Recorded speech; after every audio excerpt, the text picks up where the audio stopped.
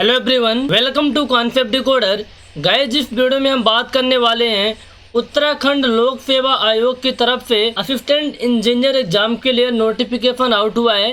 तो डिटेल में हम जानकारी प्रोवाइड करेंगे, क्या एलिजिबिलिटी क्राइटेरिया है, कितने नंबर ऑफ सीट हैं, क्या सिलेबस पैटर्न रहने वाला है। तो वीडियो को कंप्लीट देखिए ताकि एक ही वीडियो में सारी जानकारी आपको मिल पाए।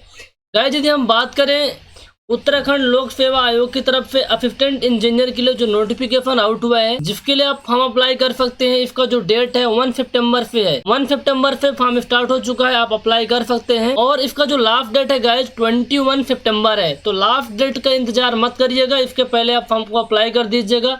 बहुत सारे बच्चे लास्ट डेट का इंतजार करते हैं और फॉर्म को अप्लाई नहीं कर पाते क्योंकि सर्वर क्या होता है, बिजी हो जाता है। तो 21 सितंबर है, ध्यान में रखिएगा, अक्टूबर नहीं है।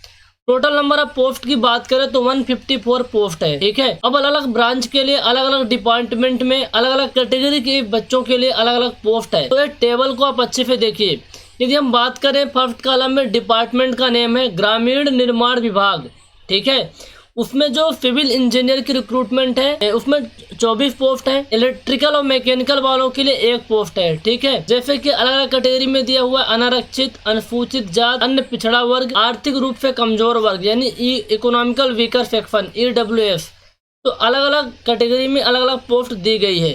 गाइस, इंपॉर्टेंट बात यहाँ बता दें कि जो बच्चे EWS नहीं बनवाए हैं वो अपना इकोनॉमिकल वीकर सेक्शन सर्टिफिकेट जो होता है बनवा लीजिए, क्योंकि उसके लिए रिजर्व सीटें होती हैं और उसका कट ऑफ भी एज कम्पेयर टू अदर कम ही जाता है कई बार, क्योंकि बहुत कम लोग इसको बनवाए ही नहीं रहते हैं, इसको मजाक में लेते हैं। जब इस कैटेगरी में आते हो तो बनवा लो यार, ठीक है। यदि हम बात करें सिंचाई डिपार्टमेंट की, सिंचाई डिपार्टमेंट में सिविल के लिए 29 पोस्ट है ना। जनरल कैटेगरी में टोटल पोस्ट की हम बात कर लेते हैं 46 पोस्ट है। मैकेनिकल के लिए 10 पोस्ट है। लघु सिंचाई विभाग में एग्रीकल्चर इंजीनियर के लिए 6 पोस्ट है, ठीक है।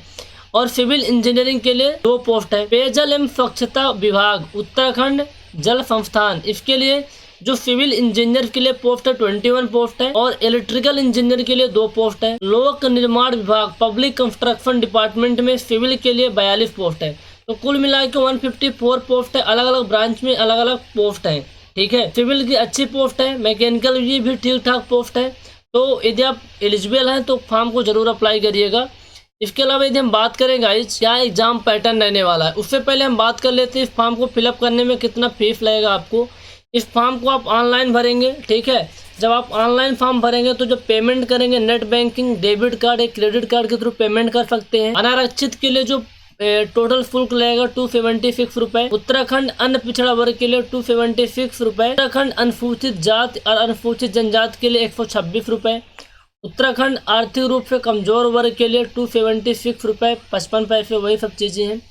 उत्तराखंड शारीरिक दिव्यांग, यानी आप उत्तराखंड से हैं और आपको कोई डिसेबिलिटी है, ठीक है, जैसे आप हैंडीकैप्ड हैं कुछ भी, उस केस में आपको कोई शुल्क नहीं लगेगी, केवल 26 रुपये 55 पैसे आपको लगेंगे। उत्तराखंड राज्य में संचालित स्वैच्छिक राजकीय गृहों में निवासरत अनाथ बच्चे, उनके लिए कोई शुल्क नहीं लगेगी, ठीक है। और एक चीज कंफर्म कर दें कि अदर स्टेट वाले भी अप्लाई कर सकते हैं। अदर स्टेट की जो काउंटिंग होगी, जो जनरल कैटेगरी में पोस्ट है उसी में आपकी काउंटिंग होने वाली है, ठीक है, चाहे आप किसी भी कैटेगरी से हो। अब सिलेबस पैटर्न क्या है ना, किस तरीके से आपका एग्जाम होगा, एग्जाम पैटर्न पहले देख लेते हैं।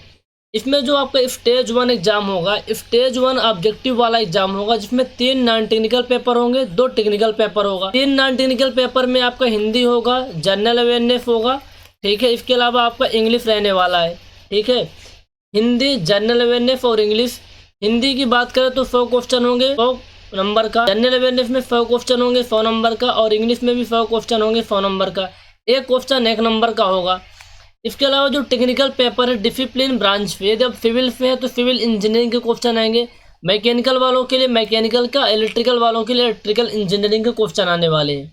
उसके 2 पेपर होंगे, डिटेल में भी हम देख लेंगे। जो आपका स्टेज 1 होगा, ठीक है, जो स्टेज 1 होगा आपका, स्टेज 1 में जो ऑब्जेक्टिव पेपर होगा उसमें निगेटिव मार्किंग भी है 1/4 का, यानी 0.25 का निगेटिव मार्किंग है, ठीक है। अब आपका सेकंड स्टेज क्या होगा, इंटरव्यू होगा। सेकंड स्टेज क्या होगा, इंटरव्यू होगा। सैलरी पेंशन की बात करें तो 56,100 रुपये से लेकर के 1,77,500 रुपये तक, ठीक है। जो 10वां वेतनमान है ना, तब तक में इतनी सैलरी आपकी हो जाएगी। क्वालिफिकेशन क्या है भैया, पहले यहाँ आपको बता दें, डिप्लोमा वाले बच्चे इस फॉर्म को अप्लाई नहीं कर सकते, केवल ग्रेजुएट बी और बीटेक वाले इस फॉर्म को अप्लाई कर सकते हैं जिनका कंप्लीट है। एज लिमिट में 21 ईयर मिनिमम होने चाहिए और मैक्सिमम 42 ईयर्स अलाउ है। ठीक है, 42 ईयर्स अलाउ है। अब देख लेते हैं जो आपको पेपर 1 होगा, वस्तुनिष्ठ यानी ऑब्जेक्टिव टाइप का जो पेपर होगा, में जो सामान्य हिंदी है 100 क्वेश्चन आएंगे 100 नंबर के, और उसके लिए जो टाइम मिलेगा 2 घंटे का टाइम मिलेगा। इंग्लिश की बात करें तो इसमें भी 100 क्वेश्चन आएंगे 100 नंबर का, एक क्वेश्चन 1 नंबर का होगा। ठीक है, तो उसमें टाइम 2 घंटे का मिलेगा। सामान्य अध्ययन में 100 क्वेश्चन 100 नंबर का और इसमें टाइम मिलेगा 2 घंटे का। तो 6 घंटे का पेपर आपको होने वाला किसका, non technical paper, Hindi English और आपके जनरल अवेयरनेस का। इसके अलावा आपके डिसिप्लिन ब्रांच पे, मान लीजिए आप सिविल पे हैं तो सिविल के 2 पेपर होने वाले हैं। सिविल के आपके 2 पेपर होंगे, फर्स्ट पेपर होगा, सेकंड पेपर होगा, पेपर 1 एंड पेपर 2। प्रथम प्रश्न पत्र, द्वितीय प्रश्न पत्र। 180 क्वेश्चन आएंगे और एक क्वेश्चन 2 नंबर का होगा, 360 नंबर का। फिर अगला जो सेकंड पेपर होगा उसमें भी 180 क्वेश्चन आएंगे, एक क्वेश्चन 2 नंबर का होगा तो 360 नंबर का। और इसमें जो टाइम लगेगा 3 घंटे का टाइम लगेगा पेपर 1 में, पेपर 2 के लिए 3 घंटे का। ठीक है, तो ये कन्फर्म हो गया। इसी तरीके से मैकेनिकल का, इलेक्ट्रिकल का और एग्रीकल्चर का भी है, सेम एज सिविल। ठीक है, अब आपका जो पेपर होगा ऑब्जेक्टिव वाला पेपर हो गया। अब आपका लास्ट में जो आपका लास्ट स्टेज है इंटरव्यू का, उसमें 100 नंबर का इंटरव्यू होने वाला है। ठीक है, तो टोटल कितने नंबर का आपका एग्जाम होने वाला है यदि हम ऑब्जेक्टिव प्लस इंटरव्यू को मिला दें। यदि हम केवल ऑब्जेक्टिव की बात करें तो 360 नंबर का टेक्निकल पेपर 1, 360 नंबर का टेक्निकल पेपर 2, तो 720 नंबर, 300 नंबर का नॉन टेक, तो कितने हो जाएंगे 1020 नंबर का। 100 नंबर का इंटरव्यू तो 1120 नंबर का टोटल पेपर होने वाला है। ठीक है, ये आपका टोटल पेपर 1120 मार्क्स का होगा। अच्छा, सामान्य हिंदी में क्या आएगी, इंग्लिश में क्या पेपर रहेगा, सिविल इंजीनियरिंग में क्या पेपर रहने वाला है। अब जो हम बात करेंगे तो सिविल इंजीनियरिंग के सिलेबस को डिस्कस करेंगे। उससे पहले हम देख लेते हैं सामान्य हिंदी। सामान्य हिंदी का जो पेपर है ना, सामान्य रहता है, हाई स्कूल लेवल का रहता है। इसके लिए सबसे अच्छा होता है कि आप प्रीवियस ईयर क्वेश्चन को देखो, टॉपिक को देखो, कैसे किस टॉपिक से किस टाइप के किस लेवल के क्वेश्चन पूछे गए हैं, और वहीं से आपको आइडिया लग जाएगा। इसके अलावा उत्तराखंड के अंदर जो आपके पीएससी के एग्जाम होते हैं नॉन टेक्निकल वाले, उनके ही पेपर को थोड़ा सा देख सकते हैं आप। सामान्य इंग्लिश और सामान्य अध्ययन। सामान्य इंग्लिश का सिलेबस आपको स्क्रीन पे मैं शो कर रहा हूँ, आप इसको देख लीजिए। सामान्य अध्ययन में क्या क्या रहने वाला है, इसमें आपका इतिहास भारत का, राजनीति, भूगोल है ना, डेली के करंट अफेयर्स और बेसिक कंप्यूटर नॉलेज, यही सब कुछ रहता है।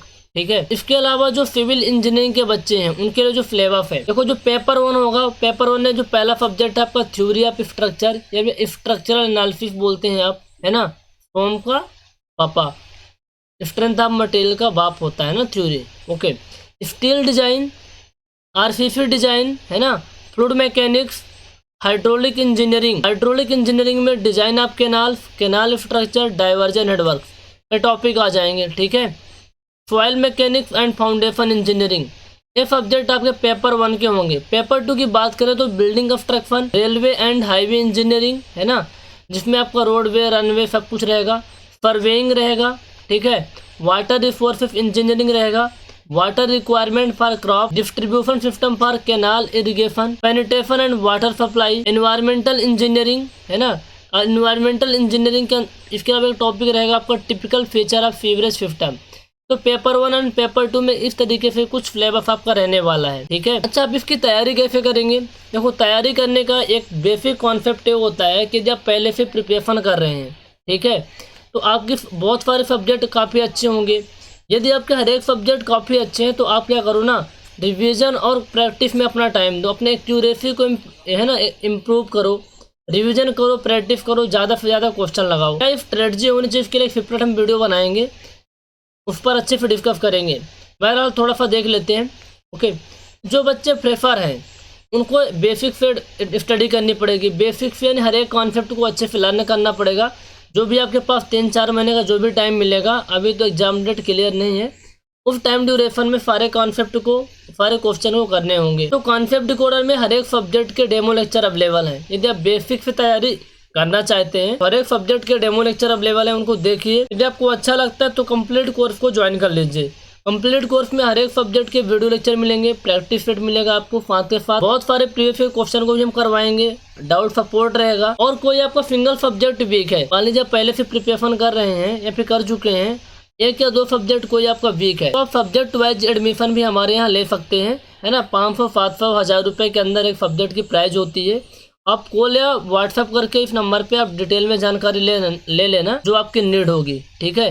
कंप्लीट पैकेज लेंगे तो इसमें हम आपको 500 रुपये का ऑफ दे रहे हैं टीचर्स डे में, तो 3499 रुपीज़ में आपको कंप्लीट कोर्स मिलेगा, पेपर 1 एंड पेपर 2 दोनों का। इसमें जो वैलिडिटी रहेगी मिनिमम 3 साल की रहेगी और जरूरत पड़ने पर उसको हम इंक्रीज कर देते हैं without any extra payment. Okay, अब क्या करोगे, कॉन्सेप्ट डिकोडर का एंड्रॉइड ऐप डाउनलोड कर लीजिए, है ना। गूगल प्ले स्टोर पर जाइए, कॉन्सेप्ट डिकोडर का एंड्रॉइड ऐप डाउनलोड कर लीजिए और वहाँ से डेमो लेक्चर को देखिए। यूट्यूब चैनल के प्लेलिस्ट में जाइए, वहाँ से डेमो लेक्चर को देखिए, है ना। उसके बाद आप डिसाइड करिए, यदि आप किसी भी एग्जाम की तैयारी कर रहे हैं, यूकेपीएससी के अलावा गेट की तैयारी कर रहे हैं, ईएफ की तैयारी कर रहे हैं, एसएससी जेईई या फिर किसी स्टेट के एजे की तैयारी कर रहे हैं, तो कॉन्सेप्ट डिकोडर में कंप्लीट कोर्स अवेलेबल है बेसिक टू एडवांस जो हर एक एग्जाम के लिए बहुत ही बेनिफिशियल होता है, तो आप ज्वाइन कर सकते हैं।